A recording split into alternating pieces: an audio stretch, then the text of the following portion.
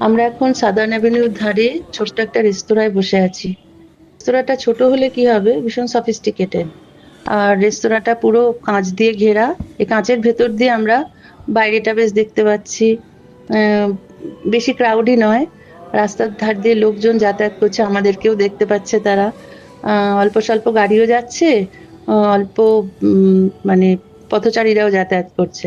তা আমরা veg থালির order দিয়েছি। দিয়ে বসে আছি। আর ভেতরের অ্যাম্বিয়েন্সটাও খুব সুন্দর। আর আমরা ভেজের মধ্যে বাসমতি চালের ভাত, মুগের ডাল, ঝুড়ো আলু ভাজা এসবগুলো অর্ডার দিয়েছি। তার সঙ্গে চাটনি, আচার, পাঁপড়, তারপরে শুক্তো, অনেক কিছুই দিয়েছে। খাওয়াগুলো খুবই ভালো এবং ভালো বলতে টাটকা খাবার। কোনো বাসি খাবার নেই। দামটা একটু বেশি। আ আর আমরা ১ প্লেট স্যালাড নিয়ে নিয়েছি। সেটার দামই ₹৯৫। টোটাল আমাদের অ্যাপ্রক্সিমেটলি ৳৬৫০ টাকার মতন খরচা পড়েছে। কিন্তু খুব স্যাটিসফাইড।